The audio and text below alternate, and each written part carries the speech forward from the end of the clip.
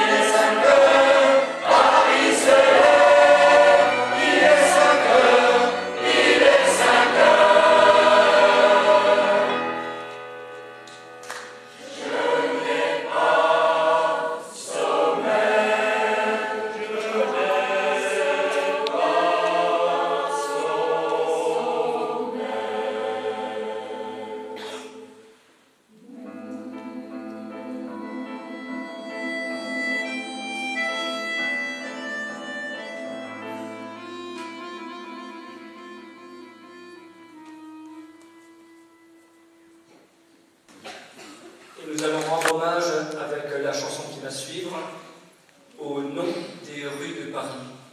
Alors bien sûr, pas toutes les rues de Paris, puisqu'il y en a des milliers.